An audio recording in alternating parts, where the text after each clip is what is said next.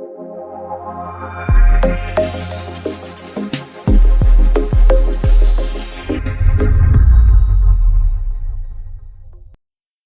students, welcome to the physics session. My name is Bhavna and today we are going to study the topic of measurement of mass under the heading of measurement of mass and time. This is covered in the unit of physical quantities and measurement. Now students, you already know what does measurement mean. Let me just pen it down. What is the meaning of measurement? Measurement is defined as the comparison of an unknown quantity with a known quantity. Now let's say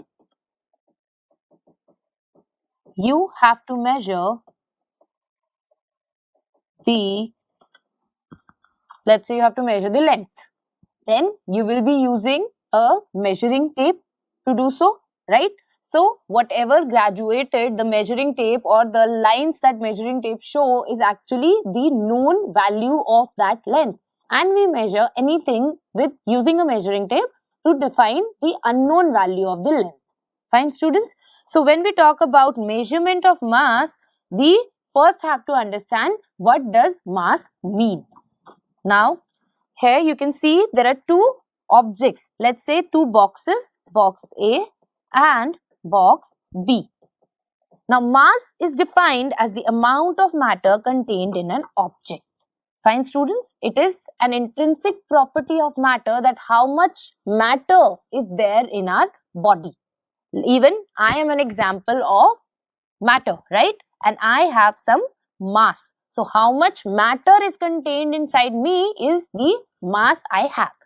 Now every object, every thing you know is made up of what students?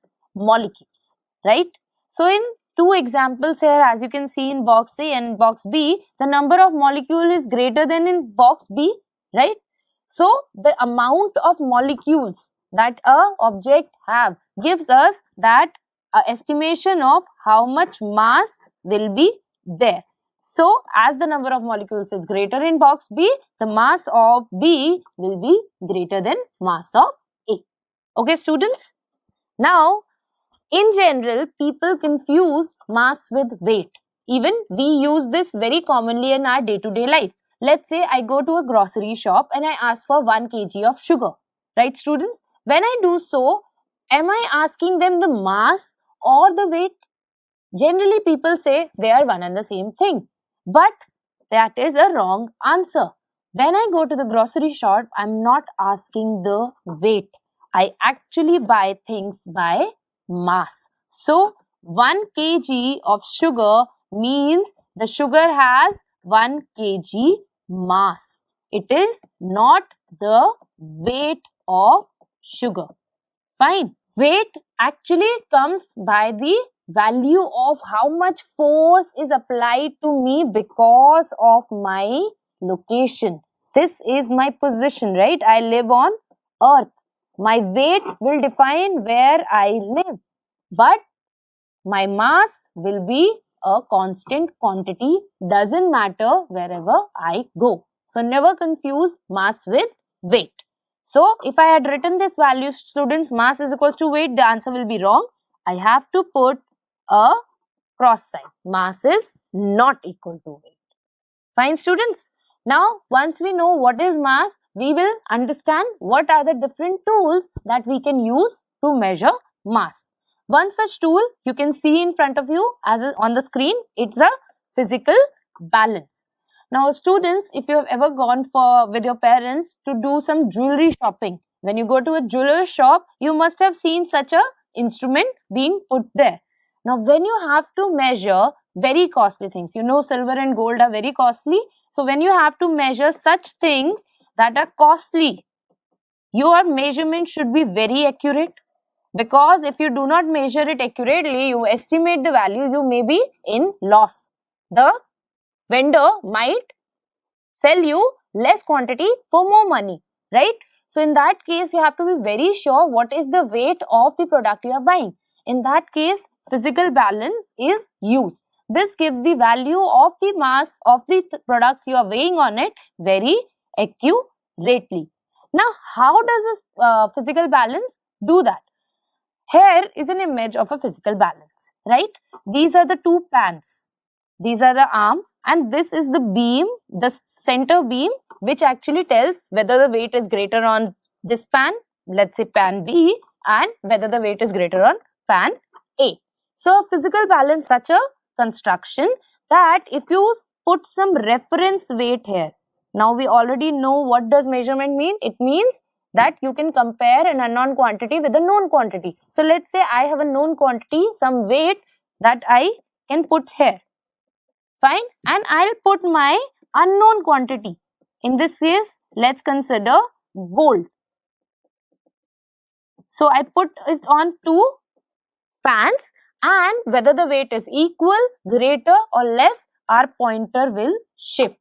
If it is greater, the pointer will move to the pan B. If it is less, the pointer will move to the pan A, and if it is equal, the pointer will not move at all.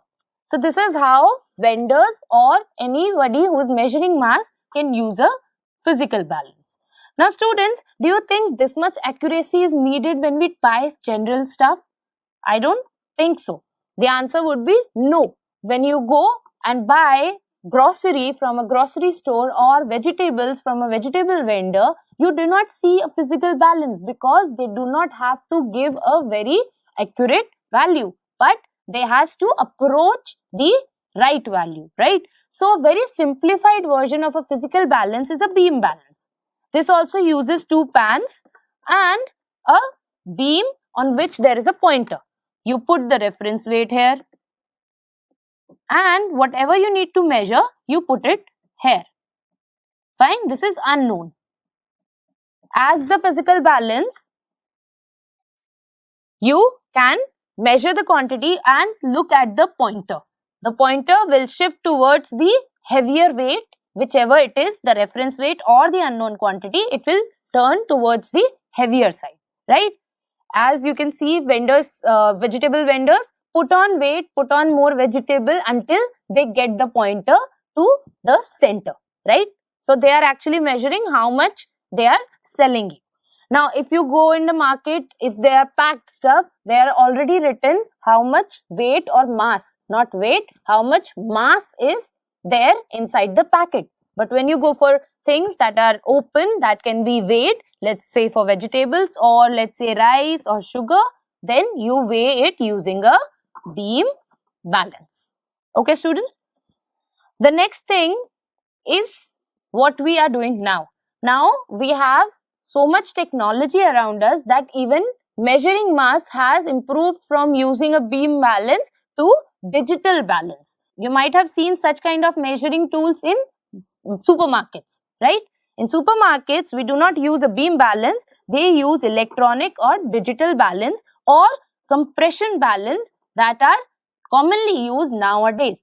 These give the answer of mass very, very accurately. Okay, students? Now, let's understand what is the unit of mass. I already referred many a times that when you go out, you buy, let's say 1 kg, 2 kg, 3 kgs. We generally talk mass in kgs. Even I have my weight or I call my weight is around 60 kgs, right? So, if I say my weight is around 60 kgs, am I right, students? Let's just have a revision over this. Are we right here? The answer will be no. When I write 60 kgs, I am actually telling my mass. But I use the term kg more oftenly when we refer to mass. So, actually why we do so? Because the most common and the SI unit of mass is kilogram. We refer it by small kg. Okay. Now, how big this 1 kg is. Now, to understand this, you can just go to a shop, a grocery shop or a shop where you get in stuff in bulk and ask them to show you a weight. These are the examples of weight or the reference mass that is used to measure 1 kg of quantity, right? Now, these are generally made of iron and they are hexagonal in shape. Plus, there is one more very important thing that as a consumer you should know is that there is a seal around. there is a seal beneath it which is given by the Department of Standard Weights and Measure of Government. This is given by the government, and if the seal is broken, that means, students, what? The weight is being hampered. That means you are being cheated. So you should be very, very vigilant in this case, that what is the exact 1 kg weight looks like and how to measure using those weights. Okay, students. Now, if I have to measure weight that are very great in numbers, let's say I have to measure the mass that can be filled inside a big truck. Then talking the mass in terms of kilograms will be very confusing. So what we do, we have multiples and sub-multiples of our SI unit for mass, so that we can use it for different quantities. So when I say kilogram, this is what, students? This is the SI unit of mass, right? And it is referred by kg. Right with this? Then if I have to measure more mass, there is one more unit that is called a quintal. Now you must have heard it or you must not have heard it when you go to big wholesale markets of vegetables, or when grains are being sold by the farmers to the consumers. These quantities cannot be measured in kgs because there is huge quantity of mass. So they generally use the term quintal. Quintal is equal to 100 kilograms. So 100 kilograms make together to form 1 quintal. Even larger products, even larger quantities of mass can be measured using another unit that is called metric ton.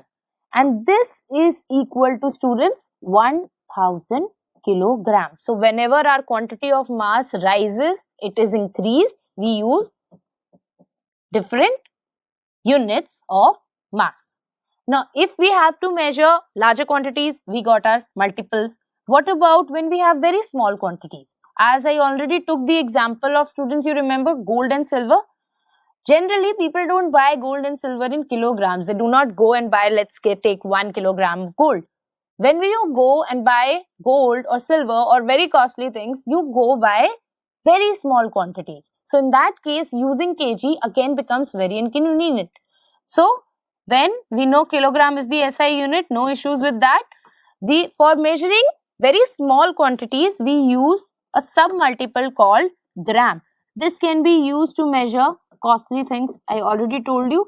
Even when you go and buy very small quantity of spices, spices are also not bought for home in kgs. You are going to buy, let's say, 25 grams, 40 grams. So this is a smaller unit of mass. Now 1 kg is equal to 1000 grams. So you can understand how small the unit is. In 1 kg there are 1000 grams. Even for smaller quantities, we use milligrams. Now milligrams is used generally, let's say you go and buy medicine. Medicines can't be bought in kgs, right? When you see at the back of it, you will see how much small quantity of medicine is there. So mg is used for even smaller quantities like medicines, right? And 1 milligram, or let's say 1 gram, has 1000 milligram in it. So this is that smaller unit of mass. Okay, students?